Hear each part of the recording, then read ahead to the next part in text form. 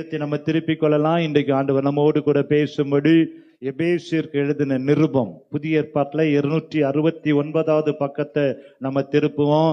இந்த வசனத்தின்படியே கர்த்தர் நம்மை ஆசீர்வதிக்கட்டும்.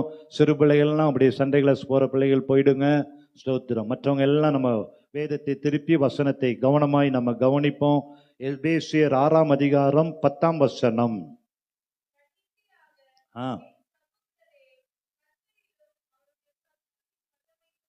அப்போஸ்தலனாகிய பவுல் எபேசியருக்கு எழுதின நிருபத்துல 10ஆம் வசனத்துல சொல்லுகிறார், என் சகோதரரே, கர்த்தரிலும் அவருடைய சத்துவத்தின் வல்லமையிலும் பலப்படுங்கள். ஆமென். ஆலோசனையாக பவுல் தருகிற வார்த்தை, கர்த்தரிலும் அவருடைய சத்துவத்தின் வல்லமையிலும் என்ன பண்ணணுமா? பலப்படணும். ஆமென். ஏன் பலப்படணும்? அடுத்த வசனத்துல அவர் சொல்லுகிறார்,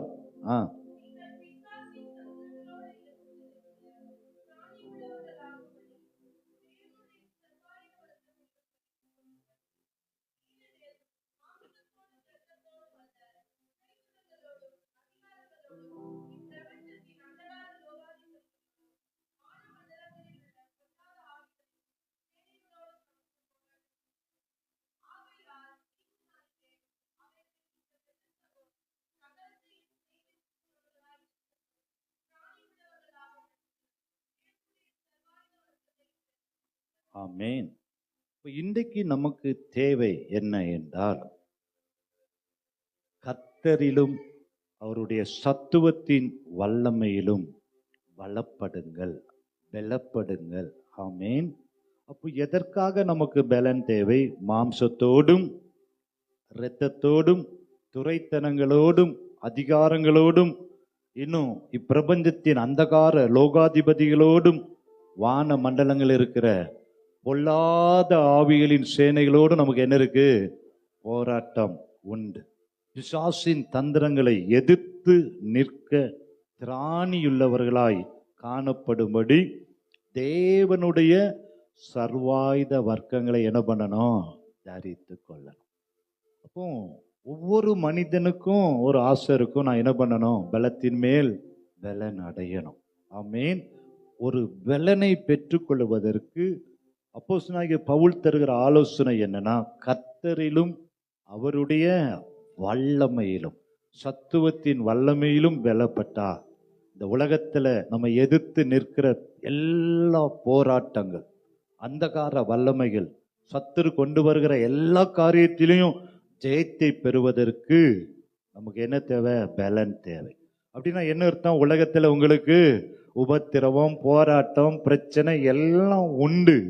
அந்த போராட்டத்திலிருந்து வெற்றி பெறுவதற்கு கர்த்தரிலும் அவருடைய சத்துவத்தின் வல்லமையிலும் நம்ம என்ன பண்ணணும்? பலப்படணும். தீங்கு எப்போ வரும்னு தெரியாது, எப்போ வியாதி வரும்னு தெரியாது, எப்போ போராட்டம் வரும்னு தெரியாது, எப்போ இழப்பு வரும்னு தெரியாது, எப்போ பிரச்சனை எந்த இடத்துல இருந்து வரும் நமக்கு தெரியாது. ஆனா எப்போ போராட்டம் வந்தாலும் அந்த போராட்டத்துல ஜெயிக்கும்படி, அதை ஜெயிக்க திராணியுள்ளவர்களாய் நிற்கும்படிக்கு என்ன பண்ணணுமா? சர்வாயுத வர்க்கத்தை தரித்து கொள்ளணும். ஆமென். கர்த்தருடைய பிள்ளைகள், ஆவிக்குரிய பிள்ளைகள், சபை விசுவாசிகள் எத்தனை போராட்டம் வந்தாலும், எத்தனை பிரச்சனை வந்தாலும் அதை ஜெயிக்கிறவர்களாய் காணப்படணும், அதை மேற்கொள்கிறவர்களாய் காணப்படணும், அதிலிருந்து வெற்றியை பெற்றுக்கொள்கிறவர்களாய் காணப்படணும்.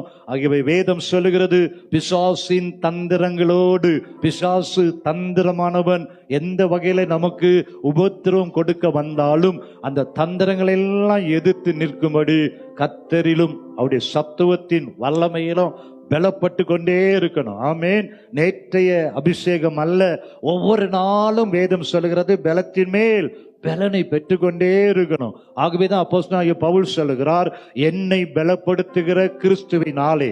ஆமென். அப்ப இன்றைக்கு உங்களால தைரியமா சொல்ல முடியுமா? என்னை பலப்படுத்துகிற கிறிஸ்துவினாலே எல்லாவற்றையும் செய்ய எனக்கு பலன் உண்டு. ஆமென். எப்போ பலன் வரும்? கர்த்தரிலும் அவருடைய சத்துவத்தின் வல்லமையிலும் பலப்பட எல்லாவற்றிலும் நீங்க பலவானாய் மாறி விடுவீங்க. அப்போஸ்தலர் 1:8 சொல்லுகிறது, என்ன சொல்லுகிறது? கர்த்தர் அந்த உன்னத பலனை தரும் பொழுது சமாரியாவிலும் எருசலேமிலும் பூமியின் எங்கும் கர்த்தர் உங்களை என்ன பண்ணுவாரு? சாட்சியாய் வைக்க வல்லமையுள்ளவர். ஆகவே மகனாயம் சபை எப்படி இருக்கணும்? கர்த்தரிலும் அவருடைய சத்துவத்தின் வல்லமையிலும் பலப்பட்டவர்களா இருக்கணும். ஆவியில அனலா இருக்கணும். இடைவிடாமல் ஜெபம் பண்ணணும். ஆமென், ஹல்லேலூயா. கர்த்தர் உங்களை அப்படி நடத்த வல்லமையுள்ள தேவனாயிருக்கிறார். ஆமென். என்றைக்கோ பெற்ற பலன் அல்ல. ஆகவேதான் வேதம் சொல்லுகிறது, அன்றைக்கு எலியாவின் இடத்துல எலிசா கேட்கிறாரு, உம்மிடத்தில் உள்ள ஆவியின் வரம் எனக்கு எப்படி வேணும்? ரெட்டிப்பாய் வேணும். எலியா வாழ்ந்த காலத்துல அவருக்குள்ள இருந்த அந்த அபிஷேகம் ஒருவேளை போதுமானதா இருந்திருக்கலாம்.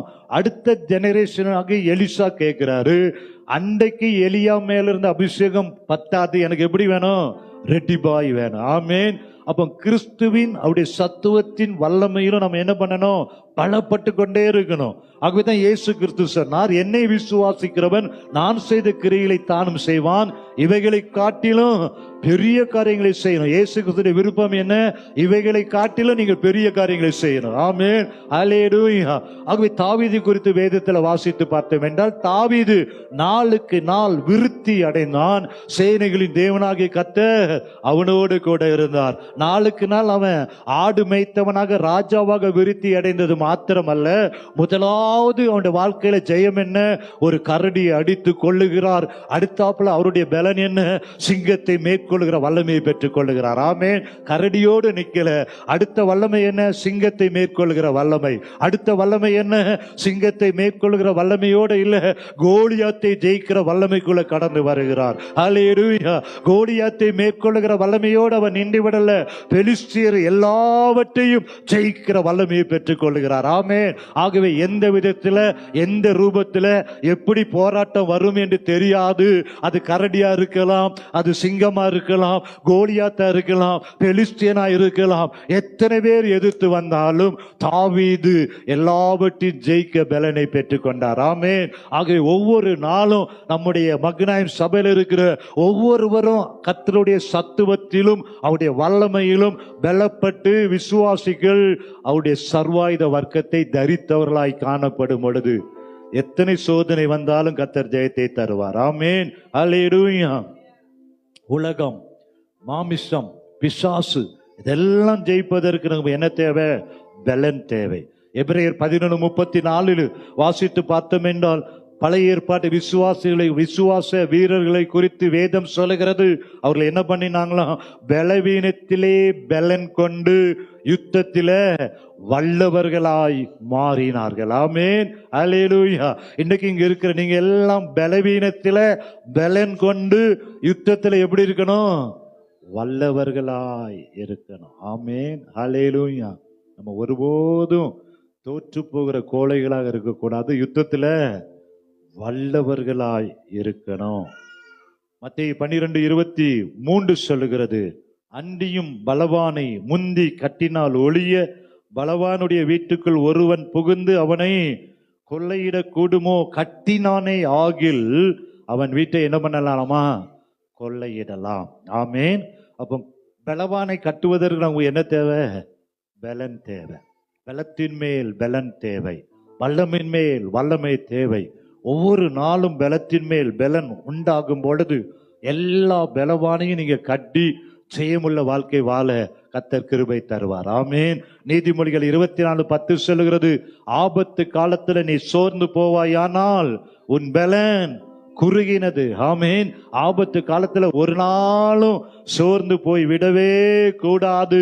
கர்த்தரிடத்தில் அந்த உன்னத பலனை பெற்றுக்கொண்டு எல்லா ஆபத்தையும் ஜெயிக்கிற பலவான்களாய் நீங்க காணப்படணும். ஆமேன், ஹல்லேலூயா. வேதத்தில் அநேக பலவானை குறித்து வாசிக்கலாம். எலியா ஆகாப் ராஜாவுக்கு முன்பதாக ஒரு பலசாலியாய் கர்மேல் பர்வதத்தில் பாகால் தீர்க்க தரிசிகளுக்கு முன்பதாக கர்த்தரே தேவன் என்று நிரூபித்தார். ஆமேன். அதே போலதான் யோசுவாவை குறித்து வாசித்து பார்த்தோம் என்றால் சூரியன் சந்திரனை நிறுத்தி பெரிய வெற்றியை பெற்றார். வேதத்தில் அநேக பரிசுத்தவான்கள் மகா பலவான்களாய் காணப்பட்டார்கள். காலேப் சொல்லுகிறார், அன்றைக்கு இருந்த பலன் இன்று 85 வயதில் இன்றைக்கு எனக்கு இருக்குன்னு சொல்றாரு. ஆமேன். மோசே அன்றைக்கு அனுப்பும் பொழுது அன்றைக்கு 40 வயதுல இருந்த அதே பலன் 80 வயதுல எனக்கு இருக்குன்னு சொல்றாரு. 85 வயதுல அவர் சாதாரணமா இருக்க விரும்பல. எதை கேட்கிறாரு? மலை நாட்டை எனக்கு தாரும், அந்த மலை நாட்டில ஏனாக்கின் புத்திரர் எல்லாம் நான் துரத்திடுவேன்னு 85 வயசுல காலேப் பலவானாய் காணப்பட்டார். அதே போலதான் இங்க இருக்கிற ஒவ்வொருவரும் வயது ஒரு பொருட்டு அல்ல, கர்த்தர் உங்களை பலவானாய் மாற்ற விரும்புகிறார். 85 வயதுல மலை நாட்டை கேட்டு அங்கே ஏனோக்கின் புத்திரர்களை காலேப் துரத்தினது போல இங்க இருக்கிற பெரியோர் சிறியோர் ஒவ்வொருவரும் பலவானாய் காணப்படணும். காலேப்பை போல, பவுலை போல, தாவீதை போல, யோசுவாவை போல, கிதியோனை போல, சிம்சோனை போல, ரூத்தை போல, தெபராலை போல. எத்தனை பேர் விரும்புறீங்க? ஒரு எஸ்தர் அவள் காரியத்தில் பலசாலியாய் சாதித்து காண்பித்தாள், ஒரு தெபராலால் சாதித்து காண்பித்தாள், ஒரு பினெகாஸ் பலசாலியாய் இருந்தார். அதே போல வேதத்தில் அநேக பரிசுத்தவான்கள் பலசாலிகளாய் கர்த்தருக்கென்ற யுத்தத்தில் அவர்கள் வல்லவர்களாய் காணப்பட்டார்கள். ஹல்லேலூயா. ஆபிரகாம் 318 பேரோடு சேர்ந்து 5 ராஜாக்களை அவர் வெற்றி பெற்றார். அப்படிப்பட்ட பலவானாய் ஆபிரகாம் காணப்பட்டார். கர்த்தர் உங்களையும் அப்படிப்பட்ட பலவானாய் மாற்ற அவர் வல்லமையுள்ள தேவனாய் இருக்கிறார். ஆமேன். பலனில்லாமல் அசைந்து ஆடிக்கொண்டிருந்த சீமோன் பேதுருவை கர்த்தர் எதா மாட்டிட்டாரு? அவன் பெயரையே மாட்டிட்டாரு.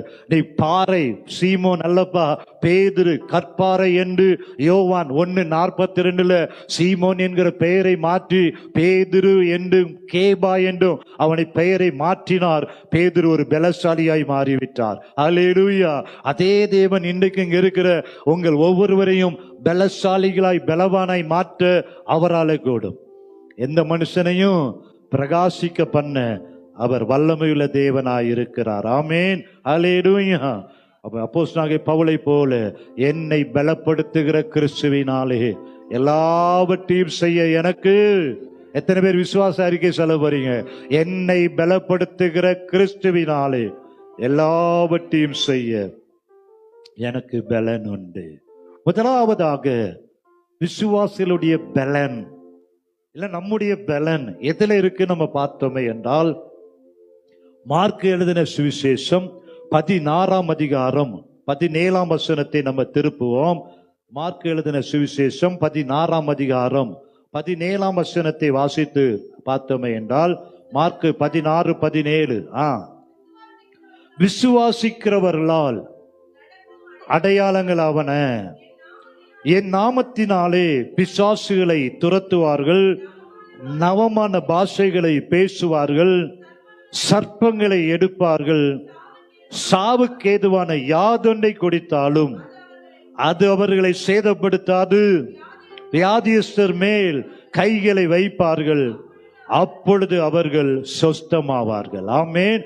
முதலாவது நமக்கு பலன், முதலாவது உங்களுடைய பலன் எதில் இருக்குன்னா, இயேசுவின் நாமத்தினாலே.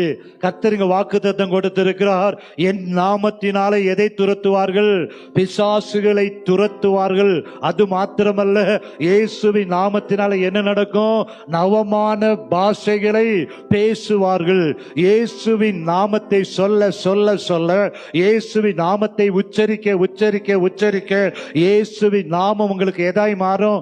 பலனாய் மாறும். எப்பேற்பட்ட போராட்டமாய் இருந்தாலும், எப்பேற்பட்ட பிரச்சனையாய் இருந்தாலும், இயேசுவின் நாமத்தை நீங்கள் சொல்லி செபிக்கும் பொழுது, இயேசுவின் நாமத்தை சொல்லி நீங்கள் கேட்கும் பொழுது, இயேசுவின் நாமத்தை சொல்லி நீங்கள் துரத்தும் பொழுது, எல்லா நாமத்திலும் மேலான நாமம் இயேசுவின் நாமம். வானத்தில் உள்ளோர், பூதலத்தோர், பூமியின் கீழானோர் எல்லா முழங்கால்களும் முடங்குகிற நாமம் என்ன நாமம்?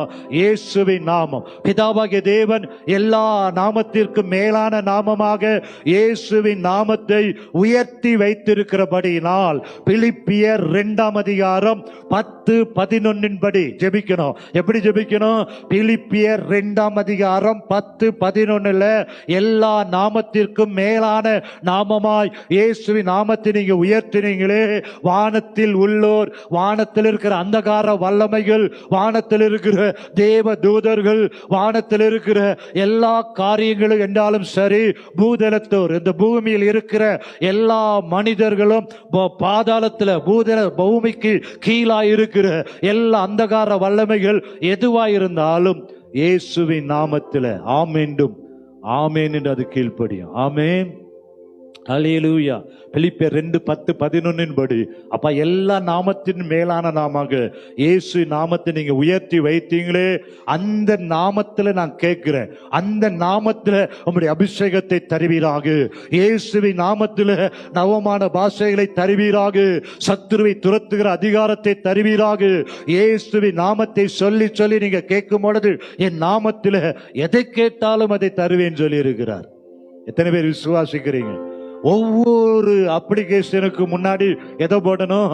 இயேசுவின் நாமத்துல. இப்படிக்கு ஜெபக்குமார் சொல்றதுக்கு பதிலா இப்படிக்கு இயேசுவின் நாமத்துல நான் கேட்கிறேன், ஆண்டவரே இயேசுவின் நாமத்துல எனக்கு ஒரு விடுதலை வேணும், இயேசுவின் நாமத்துல என் குடும்பத்தில் இருக்கிற பிரச்சனை மாறணும், இயேசுவின் நாமத்துல மந்திரவாத காரியங்கள் செயலிழந்து போகணும். ஓ இயேசுவின் நாமத்துல விசுவாசிகளால் நடக்கிற அடையாளங்கள் ஆவன. என் நாமத்தினாலே பிசாசுகளை என்ன துரத்தணும். இங்க இருக்கிற ஒவ்வொருவரும் இயேசுவின் நாமத்துல பிசாசை துரத்தணும். அதுதான் வாக்குத்தத்தம். என் நாமத்தினால என்ன பண்ணுவாங்க? பிசாசுகளை துரத்துவார்கள், நவமான பாஷைகளை பேசுவார்கள், சர்ப்பங்களை எடுப்பார்கள், சாவுக்கு ஏதுவான யாதொன்றை கொடுத்தாலும் அது அவர்களை சேதப்படுத்த கூடாது. இயேசுவின் நாமத்துல என் குடும்பத்தை ஆண்டவரே சேதப்படுத்த கூடாது, என் குடும்பத்தில் வியாதி வரக்கூடாது, இயேசுவின் நாமத்தில் பலவீனம் வரக்கூடாது, இயேசுவின் நாமத்தில் வாசல்கள் திறக்கப்பட வேண்டும் என்று நீங்க கேட்கும் பொழுது விசுவாசத்தோடு இயேசுவின் நாமத்தை உச்சரிக்க சபை கற்றுக்கொள்ளணும். அல்லேலூயா, அல்லேலூயா, அல்லேலூயா. நீங்க சொல்லி பாருங்களேன் இயேசுவின் நாமத்தை. ஓ அப்படி நாமத்தை சொல்லும் பொழுது எல்லா பிசாசும் நடுங்கும், அந்தகார வல்லமைகள் செயலிழந்து போகும். இயேசுவின் நாமத்தில் மந்திரவாதிகளால் நிற்க முடியாது. அவருடைய நாமத்தில் அவ்வளவு வல்லமை இருக்கிறது.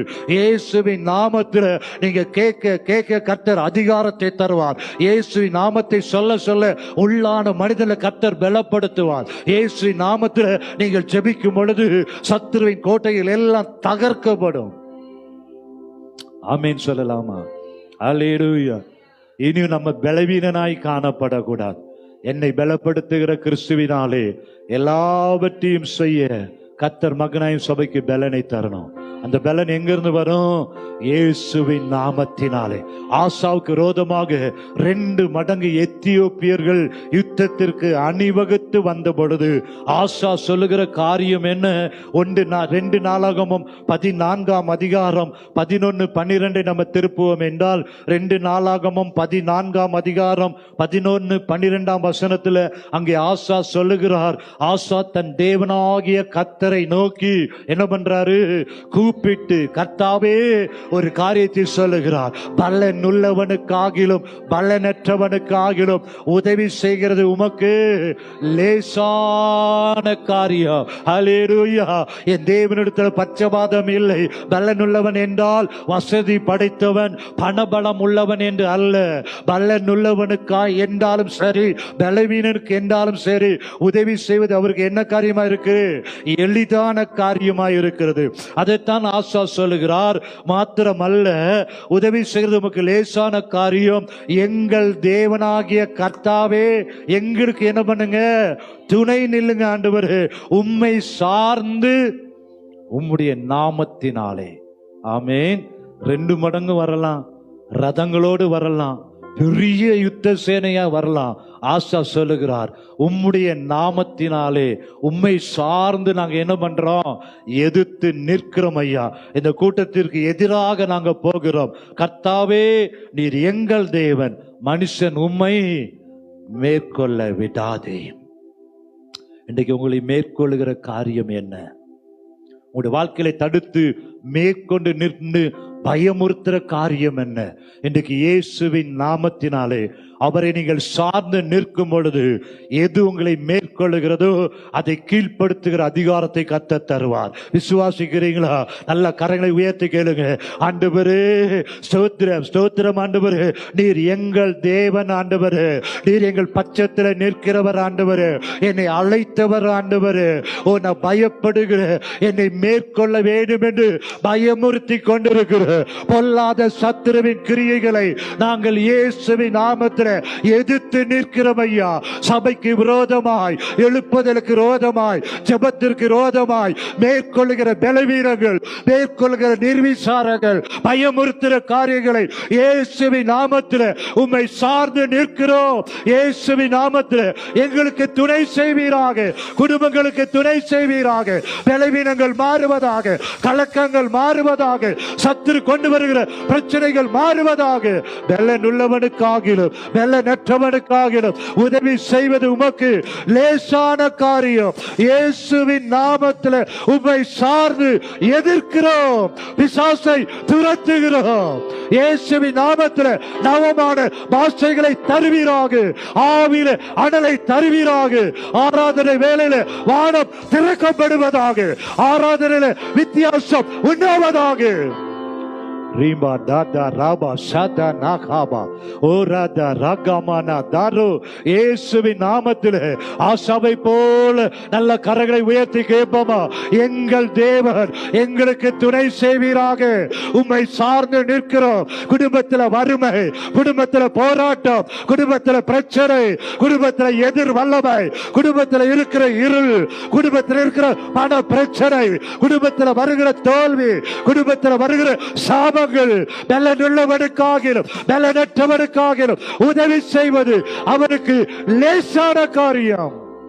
இயேசுவின் நாமத்தில் விடுதலை உண்டாவதாக, இயேசுவின் நாமத்தில் சுகம் உண்டாவதாக, இயேசுவின் நாமத்தில் அடிக்கடி வருகிற போராட்டங்கள் விலகுவதாக, இயேசுவின் நாமத்தில் வியாதிகள் மாறுவதாக.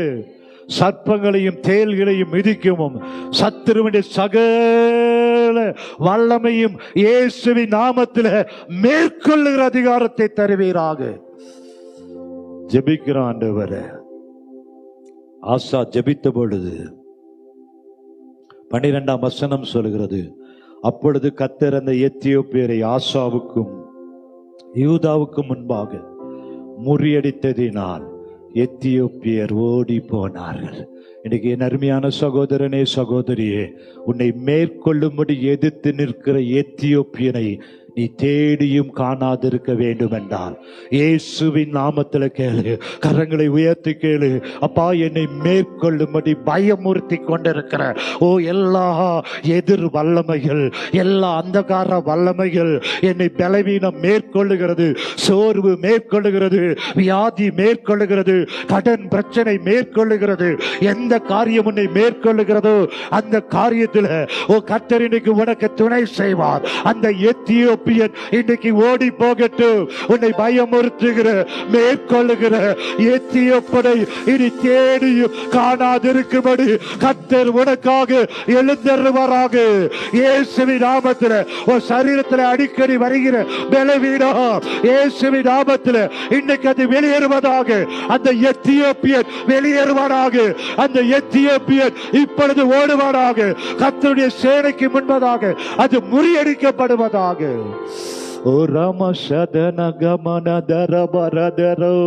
சோத்திரம். சபை எழும்ப முடியாமல் மேற்கொள்ளுகிற அந்தகார வல்லமைகள், சபைக்கு விரோதமாக கிரியை செய்கிற எதிர் வல்லமைகள் இயேசுவின் நாமத்தில் அந்த எத்தியோப்பியன் இன்றைக்கு வெளியேறட்டும். இயேசுவின் நாமத்தில் வெளியேறட்டும்.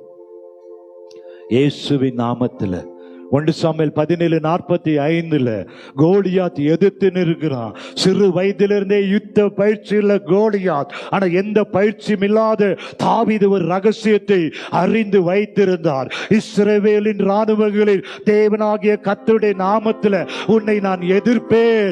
அல்லேலூயா. சிறு வயதிலேயே யுத்த பயிற்சியுள்ள, யுத்த கவசங்களை வைத்திருக்கிற, யுத்த கவசங்களை போட்டிருக்கிற கோலியாத்துக்கு முன்பதாக தாவீது விடுகிற சவால் என்ன? இயேசுவின் நாமத்தினாலே உன்னை நான் ஜெயிப்பேன். எத்தனை பேர் சொல்ல முடியும்? எவ்வளவு பெரிய கோலியாத்தா இருந்தாலும் இயேசுவின் நாமத்தினாலே, இஸ்ரவேலின் தேவனாகிய கர்த்தருடைய நாமத்தினாலே கோலியாத்தால எதிர்த்து நிற்க முடியாது. எந்த கோலியாத் உன்னை பார்த்து, உங்களை பார்த்து சவால் விட்டு கொண்டிருக்கிறானோ, எந்த கோலியாத்தை பார்த்து நீங்க பயப்படுறீங்களோ, இஸ்ரவேலின் ராணுவங்களின் சேனைகளுடைய கர்த்தரின் நாமத்தினாலே அந்த கோலியாத்தை வீழ்த்துகிற அதிகாரத்தை கர்த்தர் உங்களுக்குள்ள வச்சிருக்கிறார். நிறைய பேருக்கு அது தெரியல. ஆமென், அல்லேலூயா. அந்த கோலியாத்தை வீழ்த்துகிற வல்லமை இயேசுவின் நாமத்தில் இருக்கு. இயேசுவின் நாமத்தில் நீங்க ஜெபித்து பாருங்க.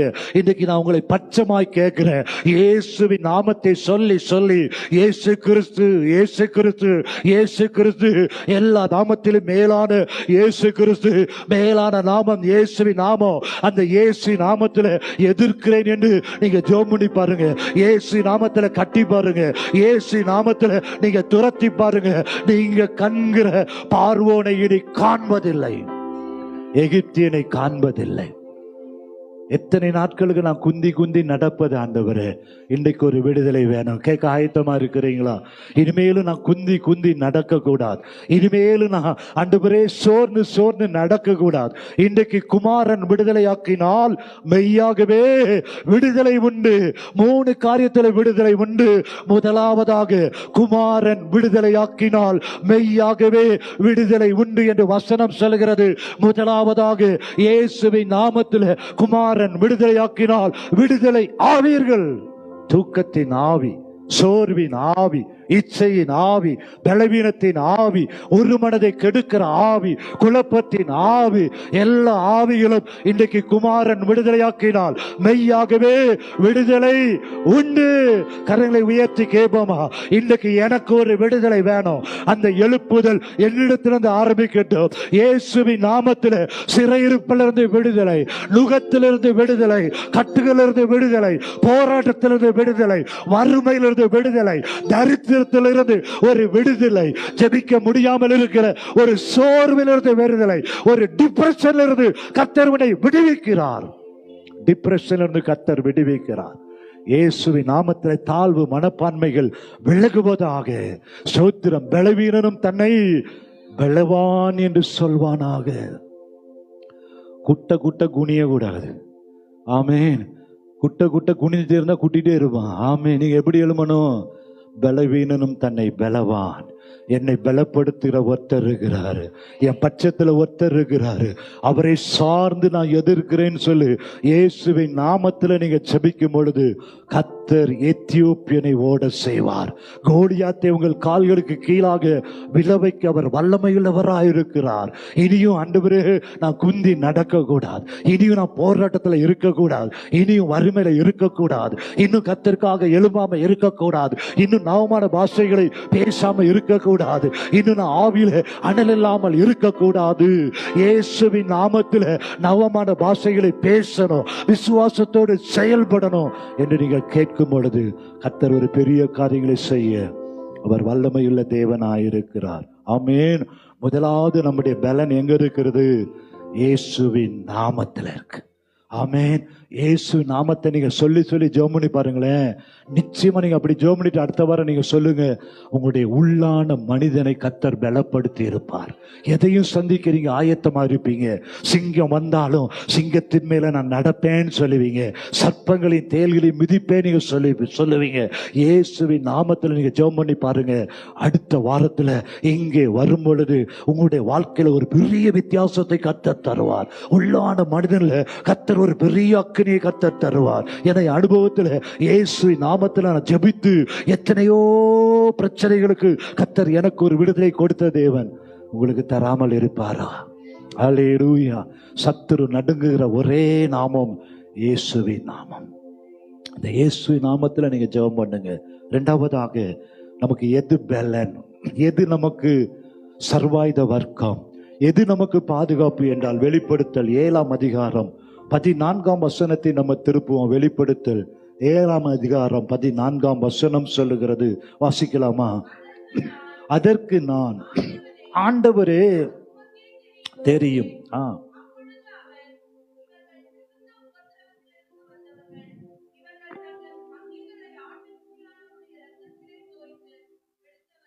ஆமென். இவர்கள் தங்கள் அங்கிகளை ஆட்டுக்குட்டியானுடைய இரத்தத்திலே தோய்த்து வெளுத்தவர்கள். ஆமென். யோவான் பரலோக காட்சியை பார்க்கிறார். ஒரு கூட்ட ஜனங்கள் சகல ஜாதிகளிலும் 9ஆம் வசனம் கோத்திரங்களிலும் பாஷைகளிலும் இருந்து வந்து ஒருவரும் எண்ணக்கூடாதமான திரளான ஜனங்கள் வெள்ளை அங்கிகளை தரித்து ஆட்டுக்குட்டியானவர்கள் முன்பாக நிற்பதை பார்க்கிறார். அப்பொழுது மூப்பரில் ஒருவன் யோவானை நோக்கி, வெள்ளை அங்கிகளை தரித்திருக்கிற இவர்கள் யார், எங்கே இருந்து வந்தார்கள் என்று கேட்டான். யோவான் சொல்லுகிறார், அது உமக்கே தெரியும். அப்பொழுது அந்த தேவதூதன் சொல்லுகிறான், இவர்கள் மிகுந்த உபத்திரவத்திலிருந்து வந்தவர்கள். அடுத்த பகுதி சொல்லுகிறது, இவர்கள் தங்கள் அங்கிகளை ஆட்டுக்குட்டி ஆணுடைய இரத்தத்தினாலே தோய்த்து வெளுத்தவர்கள். ஆமென். உபத்திரவங்கள், பாடுகள், வேதனைகள் மத்தியிலையும் பரலோகத்தை ஜெயித்து பரலோகத்துல ஜெயம் கொண்டவர்களாய் ஒரு கூட்ட ஜனங்கள் கர்த்தரை ஆராதித்து கொண்டிருக்கிறாங்க. இவங்க எதனால பரலோகத்துக்கு வந்தாங்க? தங்களுடைய அங்கிகளை ஆட்டுக்குட்டியானுடைய இரத்தத்தினாலே தோய்த்து வெளுத்தவர்கள். ஆமென். அப்போ இயேசு கிறிஸ்துவின் இரத்தத்தினாலே நமக்கு என்ன உண்டு? ஒரு விடுதலை உண்டு. இயேசு கிறிஸ்துவின் இரத்தத்தினாலே ஒரு ஜெயம் உண்டு. இயேசு கிறிஸ்துவின் இரத்தத்தினாலே ஒரு பாதுகாப்பு உண்டு.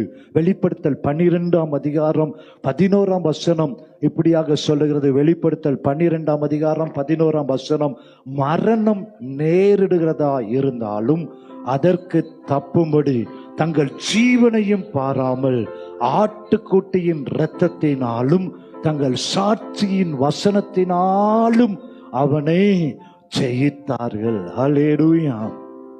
அப்ப இயேசு கிறிஸ்துவின் இரத்தம் உங்களுக்கு ஒரு பெரிய பாதுகாப்பாய், பெரிய சர்வாயுத அர்க்கமாய், விசுவாசிகளுக்கு ஜெயத்தை தருகிற எதுனா, மரணமே நேருகிறதாய் இருந்தாலும் அதற்கு தப்புவதற்கு என்ன காரியம் இருக்கிறது? ஆட்டுக்குட்டியானுடைய இரத்தம் இருக்கிறது. ஆமென். ஹல்லேலூயா. ஆகவே எபிரேயர் 9ஆம் அதிகாரம் 12ஆம் வசனம் சொல்லுகிறது, தம்முடைய சொந்த இரத்தத்தினாலே அவர் இரத்தம் சிந்தி ஒரு பெரிய மீட்பை கர்த்தர் உங்களுக்கு என்ன பண்ணியிருக்கிறாரு? தந்திருக்கிறார். ஆமென்.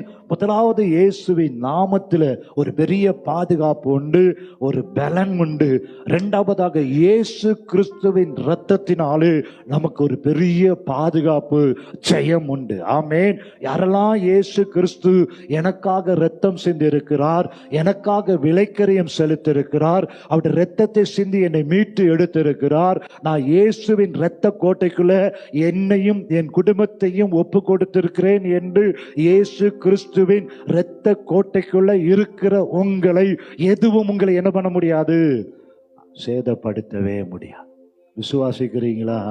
ஆகவேதான் யாத்திராகமம் 12ஆம் அதிகாரம் 7ஆம் வசனத்தை நம்ம திருப்பினமே என்றால், யாத்திராகமம் 12ஆம் அதிகாரம் 7ஆம் வசனத்துல ஆண்டவர் சொன்னார், அந்த ஆட்டுக்குட்டியின் இரத்தத்துல கொஞ்சம் எடுத்து தாங்கள் அதை புசிக்கும் வீட்டு வாசல் நிலைக்கால்கள் 2லும் நிலையின் மேற்சட்டத்திலும் தெளித்து, 13ஆம் வசனம், நீங்கள் இருக்கும் வீடுகளில் அந்த இரத்தம் உங்களுக்கு எப்படி இருக்கட்டும்?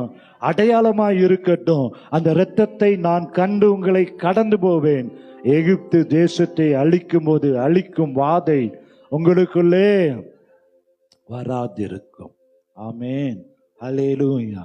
இரண்டாவது நமக்கு எது பலன்? இயேசுவின் இரத்தம். ஆமென்.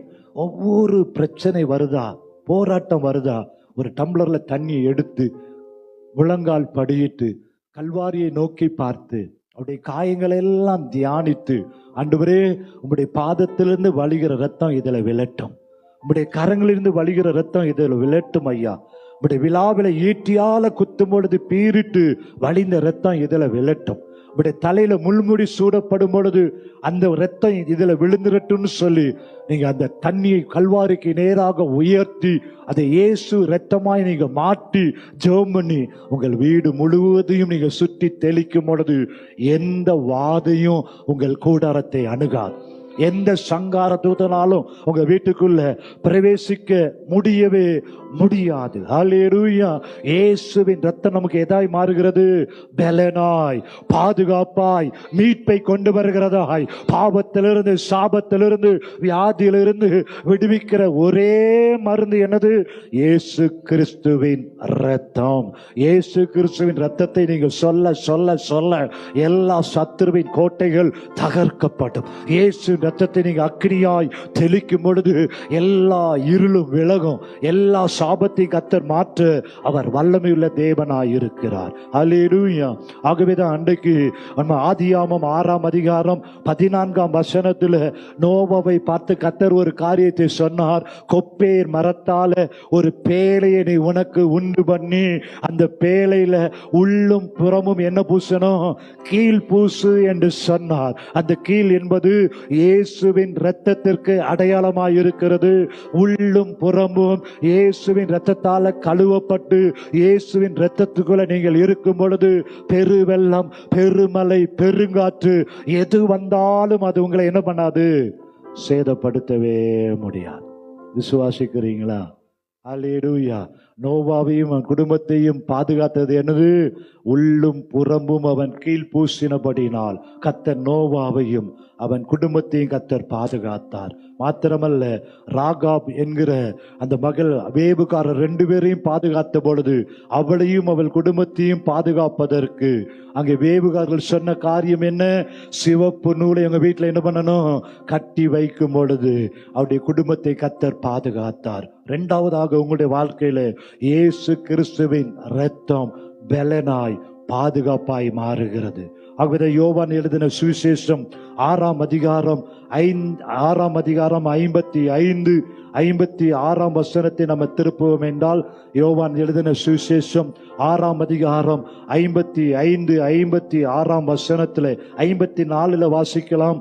என் மாம்சத்தை புசித்து என் இரத்தத்தை பானம் பண்ணுகிறவனுக்கு நித்திய ஜீவன் உண்டு. நான் அவனை கடைசி நாளில் எழுப்புவேன். என் மாம்சம் மெய்யான போஜனமாய் இருக்கிறது, என் இரத்தம் மெய்யான பானமாய் இருக்கிறது. என் மாம்சத்தை புசித்து என் இரத்தத்திலே பானம் பண்ணுகிறவன் என்னிலே நிலைத்திருக்கிறான், நானும் அவனிலே நிலைத்திருக்கிறேன். ஜீவனுள்ள பிதா என்னை அனுப்பினது போலவும் நான் பிதாவினால் பிழைத்திருக்கிறது போலவும் என்னை புசிக்கிறவனும் என்னாலே பிழைப்பான். ஆமேன். இயேசு ரத்தத்தில் அவ்வளவு வல்லமை இருக்கு என்பதற்கு அடையாளமா தான் நம்ம திருவிருந்து ஆராதனையில இந்த திராட்சை ரத்தத்தை இயேசுவின் சரீரமாய், இயேசுவின் ரத்தமாய் நம்ம என்ன பண்றோம்? பானம் பண்ணுகிறோம். ஆமேன். அல்லேலூயா. 2வதாக எது சர்வாயுத வர்க்கம்? எது நமக்கு பாதுகாப்பு? இயேசு கிறிஸ்துவின் இரத்தத்தினாலே கழுவப்பட்டவர்கள், இயேசு கிறிஸ்துவின் இரத்தத்தினாலே மீட்கப்பட்டவர்கள், இயேசு கிறிஸ்துவின் இரத்தத்தினாலே பாவங்களை எல்லாம் அறிக்கை செய்து இயேசு இரத்தம் என்னை கழுவி பரிசுத்தப்படுத்தி இருக்கு என்று சொல்லுகிற அத்தனை பேருக்கும் இயேசு கிறிஸ்துவின் இரத்தம் சர்வாயுத வர்க்கமாய் காணப்படுகிறது. ஆமேன். 3வதாக எபேசியருக்கு எழுதின நிருபம் 6ஆம் அதிகாரம் 17ஆம் வசனத்தை வாசிக்க கேட்போம். எபேசியர் 6:17 வசனம்.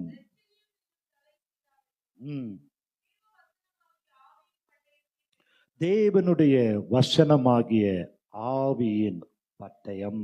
ஆமேன். அதற்கு முந்தின வசனத்துல நம்ம வாசித்தோம், வெளிப்படுத்தல் 12:11 மரணமே நேரிடதென்றாலும் அதற்கு தப்பும்படி ஆட்டுக்குட்டியின் இரத்தத்தினாலும் சாட்சியின் வசனத்தினாலும் அவனை ஜெயித்தார்கள். ஆமேன். அப்போ 3வது நமக்கு எது பாதுகாப்பு, எது நமக்கு பலன், எது நமக்கு சர்வாயுத வர்க்கம் என்று சொன்னால் தேவனுடைய எது? வசனம். அது என்னதான் சொல்லப்பட்டிருக்கிறது? ஆவியின் பட்டயம். ஆமேன். வேத வசனம் உங்களுக்கு எதா செயல்படுகிறது?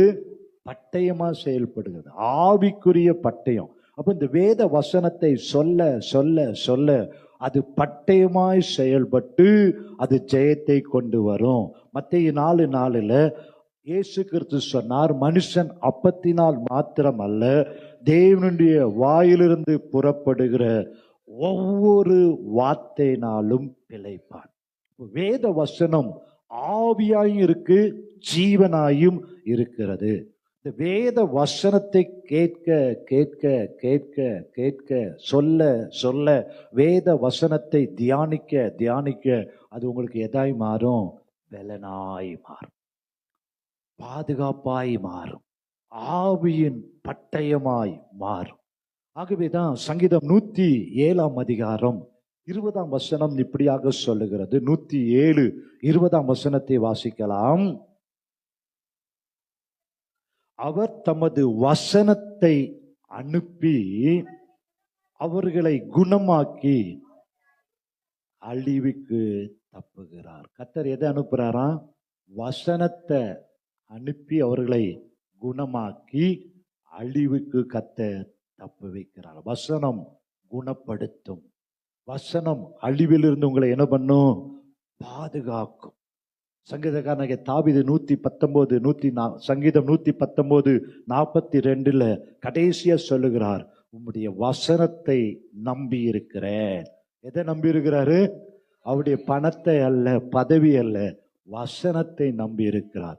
வானமும் பூமியும் ஒளிந்து போனாலும் அவருடைய வார்த்தை ஒளிந்து போகவே போகாது. எல்லா பிரஸ்தாபத்தை காட்டிலும் அவர் வார்த்தை என்ன பண்றாராம்? பிரஸ்தாபப்படுத்துகிறார். ஆமேன். அவருடைய வசனம் அழிந்து போகவே போகாது. வாக்குத்தத்தம் பொய் சொல்லவே சொல்லாது. வாக்குத்தத்தம் ஆம் என்றும் ஆமேன் என்றும் அது நிறைவேற்ற வல்லமையுள்ளவர். ஆமேன். எவ்வளவுக்கு எவ்வளவு வசனத்தை மனப்பாடம் பண்ணுகிறோமோ, எவ்வளவுக்கு எவ்வளவு வசனத்தை உட்கொள்ளுகிறோமோ, அந்த வசனம் ஏற்ற வேளையில உங்களுக்கு ஆயுதமாக செயல்படும். ஆமேன். அல்லேலூயா. ஆமோஸ் சொல்லுகிறார் பாருங்களேன். ஆமோஸ் 8 அதிகாரம், பழைய ஏற்பாட்டில் 1070 ஆமோஸ் 8 அதிகாரத்துல 11-12 சொல்லுகிறது, இதோ நான் தேசத்தின் மேல் பஞ்சத்தை அனுப்பும் நாட்கள் வரும். தேசத்துல ஒரு பஞ்சம் வருதான். அது என்ன பஞ்சம்? ஆகார குறைவினால் உண்டாகிய பஞ்சம் அல்ல, ஜலக்குறைவினால் உண்டாகிய தாகமும் அல்ல, கர்த்தருடைய வசனம் கேட்க கிடையாத பஞ்சத்தை அனுப்புவேன் என்று கர்த்தராகிய ஆண்டவர் சொல்லுகிறார். அப்பொழுது அவர்கள் கர்த்தருடைய வசனத்தை தேட ஒரு சமுத்திரம் தொடங்கி மறு சமுத்திரம் மட்டும், வடை திசை தொடங்கி கீழ்த்திசை மட்டும் அலைந்து திரிந்தும் ஒரு பஞ்சம் வரப்போகுது. என்ன பஞ்சம் வரப்போகுது? வசனம் கிடைக்காத ஒரு பஞ்சம் வரப்போகுது. அப்ப வசனத்திற்காக நம்ம தேடி ஓடினாலும் அது என்ன பண்ணாதான்? கிடைக்காது. ஆகவேதான் வசனம் கிடைக்கிற இந்த நாளில உள்ளத்துல என்ன பண்ணிடணும்? நம்ம போன்ல நிறைய ஏத்தி வச்சிருக்கிற மாதிரி, நம்ம போன்ல பார்த்தா கண்ட கழுதையெல்லாம் நிறைய உள்ள வச்சிருப்போம். ஆனா இந்த இடத்துல இருதயத்துல எதை ஏத்தி வைக்கணும்? வசனத்தை. ஏன் ஏத்தி வைக்கணும்? இது கிடைக்காத ஒரு பஞ்ச காலம் வரப்போகுது.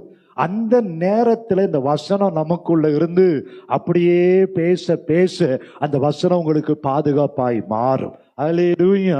ரிச்சர்ட் உம்ராண்டெல்லாம் ஜெயில போட்ட பொழுது அவருக்கு வாசிக்க பைபிள்லாம் கிடையாது. ஆனா ஒரு வேதத்தை படித்து உள்ள வைத்திருந்தபடினால அது தியானம் பண்ண தியானம் பண்ண தியானம் பண்ண தியானம் பண்ண அது அவருக்கு ஆயுதமாய் பலனாய் பாதுகாப்பாய் மாறினது. ஆமென். அல்லேலூயா. அப்ப ஒரு காலத்துல வசனம், வேத புத்தகம் கிடைக்காத ஒரு பஞ்ச நாட்கள் வரப்போகிறது. வசனம் கிடைக்கிற இந்த நாட்களில வசனத்தை என்ன பண்ணணும்? நல்ல மண்டையில ஏத்தி வச்சுக்கிட்டோம்னா வசனம் கிடைக்காத நேரத்துல, வேதம் கிடைக்காத நேரத்துல அந்த வசனம் உங்களை தப்புவிக்கும். வசனம் உங்களை பாதுகாக்கும். இன்னொரு காரியத்தை கர்த்தர் சொல்லுகிறார். யோவான் 14:23 நம்ம திருப்புவோம். யோவான் 14 அதிகாரம் 23 பிரதியுத்தரமாக நல்ல கவனிங்க. இயேசு சொல்லுகிறார், வாசிக்கலாம். ஒருவன் என்னில் அன்பாய் இருந்தால் அவன் என் வசனத்தை கை கொள்ளுவான். போதும். கர்த்தரிடத்துல ஒருத்தர் அன்பு செலுத்தினா ஆண்டவராகிய இயேசு கிறிஸ்து என்ன சொல்லுகிறார்? என் வசனத்தை அவன் என்ன பண்ணுவான்? கை கொள்ளுவான். அப்படி என் வசனத்தை கை கொண்டால் அவனில் என் பிதா என்ன பண்ணுவாராம்? அன்பாய் இருப்பார். நாங்கள் அவனிடத்துல வந்து அவனோட வாசம் பண்ணுவோம். ஆமென். கர்த்தரிடத்துல நீங்க அன்பா இருப்பீங்க, அன்பா இருக்கிறீங்க என்பதற்கு அடையாளம் என்ன? வசனத்தை படிப்பது, தியானிப்பது, வசனத்தின்படி வாழ்வது. அப்படி வாழ்ந்தா பிதாவும் அன்பாயிருப்பாராம். இயேசுவும் பிதாவும் வந்து உங்களோட என்ன பண்ணுவாங்களாம்? வாசம் பண்ணுவார்கள். ஆமென். இப்போ 3 காரியம் சொன்னேன். முதலாவது, இயேசுவின் நாமம் நமக்கு பலன். இரண்டாவது, இயேசு கிறிஸ்துவின் இரத்தம் நமக்கு பலன். மூன்றாவது, வேத வசனம் நமக்கு பலன். நான்காவதாக, லூக்கா 4ஆம் அதிகாரம் 14ஆம் வசனம். லூக்கா 4:14 ஒருத்தர் வாசிக்கலாம். லூக்கா 4. இயேசு ஆவியானுடைய பலத்தினாலே கலிலேயாவுக்கு திரும்பி போனார். அவருடைய கீர்த்தி சுற்றிலும் இருக்கிற தேசமெங்கும் பரம்பிற்று. இயேசுவை குறித்து வேதம் சொல்லுகிறது, 40 நாட்கள் அவர் உபவாசத்தோடு ஜெபம் பண்ணி முடிச்சுட்டு அவர் கலிலேயாவுக்கு கடந்து போகும் பொழுது எப்படி கடந்து போனாராம்? ஆவியானவருடைய பலத்தினாலே. நான்காவது, ஒவ்வொரு மனிதனுக்கும் பாதுகாப்பு, சர்வாயுத வர்க்கம், பலன் எதுனா கர்த்தர் கொடுக்கிற அபிஷேகம், ஆவியானவருடைய பலன். ஆகவேதான் அப்போஸ்தலர் 1:8 சொல்லுகிறது, பரிசுத்த ஆவி உங்களிடத்துல வரும் பொழுது நீங்கள் பலன் அடைந்து எருசலேமிலும் சமாரியாவிலும் யூதேயா முழுவதிலும் பூமியின் கடைசி பரியந்தம் எனக்கு சாட்சிகளாய் இருப்பீர்கள். ஆமென். அப்போ ஒரு விசுவாசி ரட்சிக்கப்பட்டா, ஞானஸ்நானம் எடுத்தா, அடுத்த லெவல் என்னது? அபிஷேகம். ஆமென். ஆவியானவர் நிரப்ப நிரப்ப நிரப்ப, கர்த்தருடைய ஆவி எங்கே உண்டோ அங்கே என்ன உண்டு? விடுதலை உண்டு. சத்துரு வெள்ளம் போல வரும் பொழுது யார் கொடியேற்றுவா? உங்களுக்குள்ள ஆவியானவர் இருப்பார் என்றால் அவர் என்ன பண்ணுவாரு? கொடியேற்றுவார். ஆகவேதான் பலத்தினாலும் அல்ல, பராக்கிரமத்தினாலும் அல்ல, கர்த்தருடைய ஆவியினாலதான் ஆகும். ஆமென். எதுல ஆகும்? கர்த்தருடைய ஆவியினாலதான். அபிஷேகம் தான் நுகத்தை என்ன பண்ணும்? முறிக்கும். அபிஷேகத்தினால் நுகம் முறிந்து போகும். ஆமென். ஹல்லேலூயா. நியாயாதிபதிகள் 15ஆம் அதிகாரம் 14, 15 நம்ம திருப்பினமே என்றால், நியாயாதிபதிகள் 15, 14, 15ஆம் வசனத்துல அங்கே வாசிக்கிறோம் சிம்சோனை குறித்து. அவன் லேகி வரைக்கும் வந்து சேர்ந்த பொழுது பெலிஸ்தர் அவனுக்கு விரோதமாய் ஆரவாரம் பண்ணினார். சிம்சோனை 2 கயிறுகளால கட்டி பெலிஸ்தியர் இடத்துல கொண்டு போன பொழுது பெலிஸ்தியர் அவனுக்கு விரோதமா என்ன பண்றாங்களா? ஆரவாரம் பண்ணாங்கன்னா பரியாசம் பண்றாங்க, கேலி பண்றாங்க, பயமுறுத்துறாங்க. ஒரு கூட்ட பெலிஸ்தியர் அவனுக்கு விரோதமா எதிர்த்து நிற்கிறாங்க. அப்படி ஆரவாரம் பண்ணும் பொழுது வேதம் சொல்லுகிறது, கர்த்தருடைய ஆவி வல்லமாய் இறங்கினதால். ஆமென். அல்லேலூயா.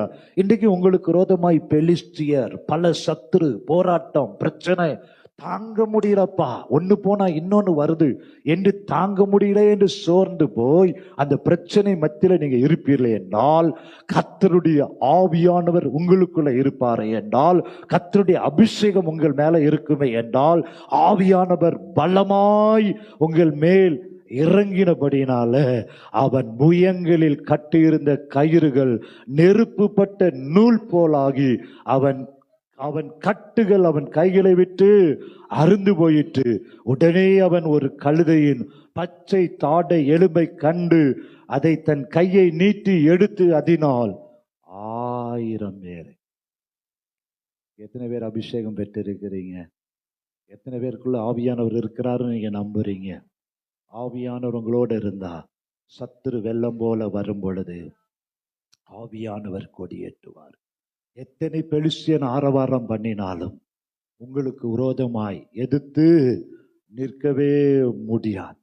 ஆகவேதான் கிதியோனை பார்த்து ஆண்டவர் சொன்னார், கிதியோனை பார்த்து பராக்கிரமசாலியேன்னு கர்த்தர் சொல்லுகிறார். கிதியோன் தாழ்வு மனப்பான்மையோடு, நான் ரொம்ப சிறிய குடும்பம், எளியவன் என்று சொன்ன பொழுது ஆண்டவர் சொன்னாரு, பராக்கிரமசாலியே, உனக்கு இருக்கிற இந்த பலத்தோட இப்போ உன்னை அனுப்புகிறவர் நான். கிதியோனுக்கு தனக்குள்ள இருக்கிற பலன் தெரியல. அவன் சோர்ந்து போய் உட்கார்ந்து அவன் பயப்பட்டு கொண்டு இருக்கிறான். ஆனா ஆண்டவர் சொன்னாரு, உனக்குள்ள ஒரு வல்லமையை வச்சிருக்கிறேன், உனக்குள்ள ஒரு பலனை வச்சிருக்கிறேன். ஓ, உன்னை அனுப்புகிறவர் நான் அல்லவா?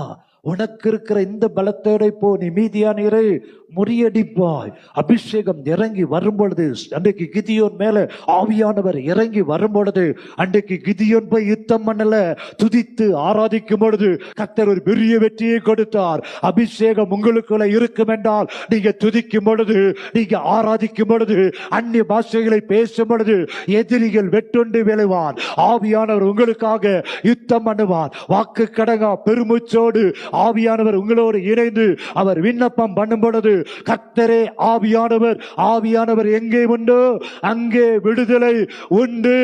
பயந்து போயிருந்த சிம்சோனை பார்த்து ஆண்டவர் சொன்னார், இல்லப்பா, நீ பராக்கிரமசாலி, நான் உனக்குள்ள இருக்கிற, உன்னோடு கூட இருக்கிற, உன்னை அனுப்புகிறவர் நான் அல்லவா?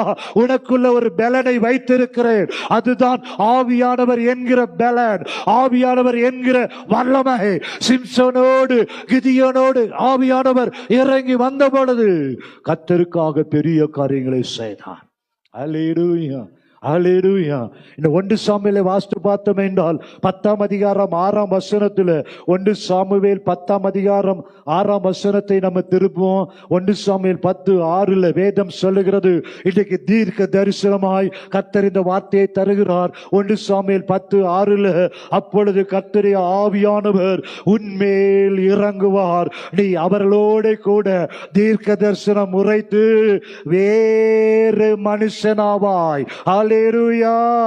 ஆவியானவர் இறங்கி வந்துட்டாரா, பழையவைகள் எல்லாம் ஒளிந்து போய்விடும். கர்த்தர் சகலத்தையும் புதிதாக்குவார். உன்னை வேறு மனுஷராய் கர்த்தர் மாற்றி விடுவார். கழுதைகளை தேடி போன சவுல், பென்யமீன் கோத்திரத்தில் எளிய குடும்பத்தை உள்ள சவுல் மேல சாமுவேல் அபிஷேகத்தை வார்த்த பொழுது அவனுக்குள்ள மாற்றம் என்ன? வேறே மனுஷனாய் மாற்றிவிட்டார். அல்லேலூயா. பழையவில் எல்லாம் ஒளிந்து போயிடும். உங்களுக்குள்ள ஒரு அபிஷேகம் வரும் பொழுது, உங்களுக்குள்ள ஆவியானவர் அசைவாடும் பொழுது நீங்க யாரா மாறிடுவீங்க? பழைய கிதியோனாக அல்ல. கர்த்தர் உங்களுக்குள்ள அபிஷேகத்தை வைக்கும் பொழுது பராக்கிரமசாலியாய், மீதியானவர்களை ஜெயிக்கிறவர்களாய், சிம்சோன் மேல் ஆவியானவர் இறங்கி வந்த பொழுது பெலிஸ்தியரை ஜெயித்தது போல, சவுலை வேறே மனிதனாய் வேறே இருதயத்தை கொடுத்தது போல கர்த்தர் உங்களுக்கு ஒரு புது பலனை தருவார். அல்லேலூயா. விசுவாசிக்கிறீங்களா? அப்படியே நம்ம எழுந்து நிற்போம், ஆண்டவரை நோக்கி பார்த்து ஸ்தோத்திரம் பண்ணி.